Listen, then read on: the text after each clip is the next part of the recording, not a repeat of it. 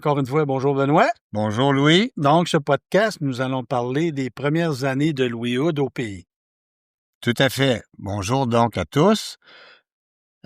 Commençons par dire qu'à partir de l'année 1622, les frères Juchereau, qui habitaient Tourouvre en France, ont fait traverser beaucoup de familles du Perche vers la Nouvelle-France. La plus célèbre famille d'entre elles là, est celle de Robert Giffard, qui, à son tour, a contribué à amener beaucoup d'émigrants percherons au pays. Alors, ce va-et-vient là, de migrants percherons qui venaient au pays a contribué à rendre le Canada mieux connu, si on veut, pour les immigrants. Et puis, ça devenait là, une destination, une terre d'accueil intéressante pour eux. On a vu, par contre, que, comme précédemment, on a vu dans un autre podcast que Louis Hood, lui, est arrivé au pays en 1646. J'ai déjà mentionné que son contrat d'engagé n'avait pas été retracé. Alors, il n'est pas le seul dans cette situation-là. Sur, je ne sais pas, 300, je parlais tout à l'heure de 300 familles. Ben, je veux dire, il y a seulement une trentaine, peut-être une quarantaine au total de contrats qui ont été, qui sont parvenus jusqu'à nous, si on veut, là, qui ont été récupérés dans des registres des notaires là, de la France. OK, on n'a jamais trouvé les autres. Là. Non, il n'y a pas, c'est ça. En tout cas, jusqu'à maintenant. C'est ça, jusqu'à maintenant, donc. Fait qu'on sait que, donc, Louis Hood, on avait établi déjà qu'il est arrivé en 1646, mais on ne sait pas comment il a vécu entre 1646 et 1649 parce que il n'y a pas aucun document, pour ainsi dire, là, sur ça. En fait, j'ai pensé que peut-être de consulter le contrat type d'un engagé de cette époque-là pouvait nous renseigner sur comment il a vécu son premier séjour au pays. Alors, je vais vous lire ici un extrait d'un contrat d'un engagé. C'était un monsieur Mathurin Provost. Le contrat a été rédigé le 6 février 1646, donc la même année, probablement, où Louis Hood là, aurait dû faire le sien, son contrat. Et voici l'extrait. Il s'engage devant Pierre Juchereau, sieur des Moulineaux, et devant Nicolas Juchereau, sieur de Saint-Denis, demeurant à Québec, absent, d'aller servir pendant 3 ans au pays de la Nouvelle-France, de son état de manœuvre, Jean Juchereau, sieur de mort, qui le nourrira de tout vivre selon sa condition, lui fera passer et repasser la mer, lui donnera 120 livres par an, dont 60 sont payés en avance. Alors, on voit bien avec ce contrat que les engagés, les gens qui venaient en Nouvelle-France venaient ça c'était établi à l'avance pour une période de 3 ans. Ils étaient, autrement dit, pris en charge par celui qui les faisait traverser. Et en fait, il leur assurait même le voyage de retour. Il leur assurait la nourriture pendant la traversée, mais pas seulement pendant la traversée, durant le séjour prévu des 3 années. À l'exception, parce qu'il y avait un petit astérix dans le document que je vous ai lu, du pain. On donne aux engagés la charge pas la charge, mais on leur confie le soin de se procurer le pain dont ils auront besoin comme nourriture. Le reste de la nourriture étant assumé par l'employeur, c'est-à-dire les frères Juchereau. On ne parle pas de logement dans le contrat, mais j'ai bien l'impression que c'était aussi assumé par l'employeur. C'est probablement d'ailleurs la raison pour laquelle il y a si peu d'informations sur Louis Hood durant ses 3 premières années au pays. En fait, la seule mention qu'on a de lui durant ses 3 premières années au pays, c'est comme un peu par hasard, il est cité comme témoin de l'incident d'un matelot ivre. Ah oui. Et il était donc sur le bateau du capitaine Nicolas Marcellet à ce moment-là, et il devait effectuer des tâches pour lui. Nicolas Marcellet, lui, travaillait pour les frères Juchereau. Alors, donc, ça, c'est pendant les 3 années, là, c'est à peu près la seule information qu'on a sur Louis Hood. À la fin de son contrat, Louis Hood est satisfait de la vie qu'il a menée pendant ces 3 années-là et il décide qu'il ne retournera pas en France et qu'il va s'installer ici au pays.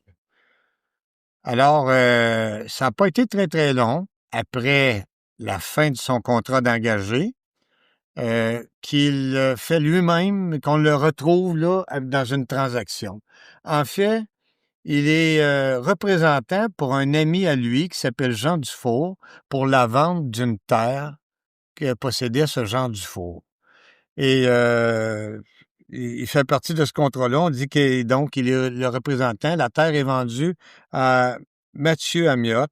Elle est située à Cap-Rouge et elle appartenait, la terre en question, au sieur Juchereau de Mort.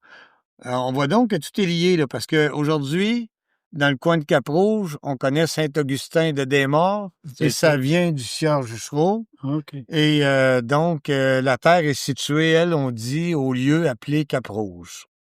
Donc, après la vente de cette terre-là, et après, surtout, le document d'inventaire, parce qu'on sait que celui qui était responsable de la venue de Louis Hood au pays, c'était Noël Juchereau des Chastelets. Et ce monsieur Juchereau était retourné en France au cours de l'année 1648 et il est décédé au cours de son séjour en France. Et donc, son frère a été chargé de rédiger l'inventaire de ses biens. Et dans cet inventaire-là, on a parlé de ça là, pour l'année de traversée de Louis Hood, qui était 1646. Donc, il est mentionné qu'il est dû à Louis Hood 65 livres pour la 3e année de ses services. OK. Alors ça, c'était comme la première mention qui réfère à Louis Hood dans ces années où il vit, donc ici au Québec. Et 8 mois après cet inventaire-là, en juin 1650, Louis fait un marché avec un dénommé Antoine Brassard. Il perd pas trop de temps, on va vous dire.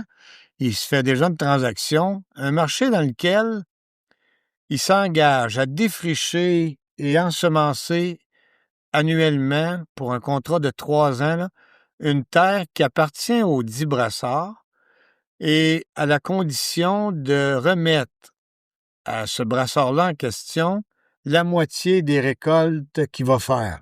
On s'entend qu'à cette époque-là, c'est pas facile. Non, effectivement.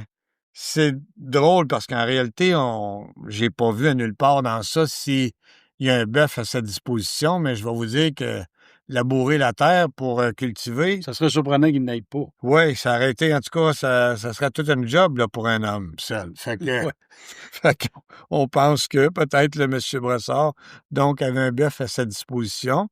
Et Louis Hood s'occupait de sa terre, de la faire fructifier. Et d'ailleurs, il demande dans son contrat, dans son marché, avec ce monsieur Brassard-là, il lui demande de lui accorder un demi-arpent de terre, parce que la terre était quand même assez imposante. C'est genre 3 arpents de front par 20 de profondeur. Il demande un demi-arpent pour se construire une maison, un logis pour lui, parce que là, il est plus hébergé par le sieur Juchereau. Et ça dit dans le contrat qu'il pourra utiliser le bois pour se chauffer et puis donc pour construire ce logis. OK. Je dois maintenant vous parler d'une transaction dont la date est inconnue. Alors, c'est un peu étrange, c'est que dans un contrat qui a été fait en 1652, en juin 1652, il est mentionné, le contrat de juin 1652, Louis Hood va faire la vente d'une terre. Mais il est mentionné dans le contrat que cette terre-là lui a été donnée par le sieur Charles le Gardeur de Tilly. Puis, il n'est pas indiqué à quel moment ça lui a été donné. Puis on ne sait pas pourquoi. Ben, on ne sait pas pourquoi, mais moi, je vais vous dire tout de suite, je pense que le capitaine de navire, Charles le Gardeur de Tilly, était capitaine de navire qui faisait la traversée de la France en Amérique. Ah, OK. Et donc, Charles le Gardeur de Tilly, d'après moi, aurait été le capitaine à la fois de Louis Hood et de Jacques Goulet. J'ai parlé, je vais vous dire pourquoi, là. C'est que Charles le Gardeur de Tilly va aussi concéder une terre à Jacques Goulet au mois de décembre 1651. Et donc, Louis Hood, lui, s'était déjà engagé en juin 1650 auprès d'Antoine Brassard. Et c'est pour cette raison qu'il met en vente la terre que lui donne le sieur le Gardeur de Tilly. Ça lui permet de faire un peu d'argent avec la vente de la terre. Il la vend 100 livres, ce qui est un montant d'argent quand même important pour l'époque. Et puis, ben, il respecte son contrat avec Antoine Brassard. Et donc, il y a ce qu'il faut pour assurer sa survie à lui, puis assurer la nourriture là, pour le dit Brassard. Mais Louis Hood, vous allez voir, il aimait ça, les transactions de terre, parce que il y avait une autre terre, il a dû se rendre compte qu'il y avait une terre intéressante, qui était tout près de celle qu'il occupait d'ailleurs, qui est venue en vente, et puis il décide de faire l'achat de cette terre-là pour le montant de 300 livres. C'est une terre, ça se passe le 20 décembre de l'année 1652, une terre de 60 arpents, qu'il acquiert d'un dénommé Louis Fontaine. La terre est bornée à un bout sur la route qui va de Québec à Cap-Rouge. Puis le Québec, c'est où habitent les sœurs religieuses ursulines. C'est peut-être d'ailleurs à ce moment-là qu'il a fait connaissance des religieuses ursulines parce que on sait que quand il va acheter sa terre à l'île d'Orléans, pardon, pas à l'île d'Orléans, quand il va acheter sa terre dans la seigneurie des Ursulines à Sainte-Croix-de-Lobinière, ben c'est ça, il achète des religieuses Ursulines. Il était donc au courant, il a probablement été mis au courant à un moment donné que les religieuses avaient une seigneurie dans une contrée qui n'était pas encore développée. Qui allait avoir du développement. C'est ça, qui allait avoir du développement. Bon, la terre, donc, qui s'est procurée de Louis Fontaine, pour quelle raison l'a-t-il acheté celle-là? Pour faire un coup d'argent? Peut-être. Peut-être qu'il était, je sais pas, peut-être qu'il n'a pas été capable de la payer non plus, mais il l'a pas gardé longtemps. Il l'a gardé 2 mois et il la revend à un monsieur qui s'appelle Nicolas Gaudry de la Bourbonnière, des noms qu'on retrouve dans le distillerie d'aujourd'hui. Il la revend donc le même prix qu'il l'a payé. Fait que si c'était pour faire un coup d'argent, cette fois-là, il n'a pas réussi son coup, mais peut-être aussi que c'était parce qu'il était incapable de la payer. Ou il était généreux. Ou il était généreux. Au moment de cette vente-là, Hood travaille toujours sur la terre de Brassard. Son contrat de 3 ans avec ce dernier arrive bientôt à échéance et il y a une petite partie dans le temps qui nous est inconnue, mais on sait que c'est pas très longtemps après la fin du contrat avec son dénommé Brassard que Louis Hood va se retrouver sur la côte de Beaupré. Et quand il se retrouve sur la côte de Beaupré, ça nous amène à son mariage. En novembre 1654, Louis Hood va faire son contrat de mariage avec celle qui va devenir son épouse et qui va partager les 54 prochaines années de sa vie avec lui. Alors, ça complète cette capsule sur les premières années de la vie de Louis Hood au pays. Je vous remercie. J'espère que ça vous a plu. Encore une fois.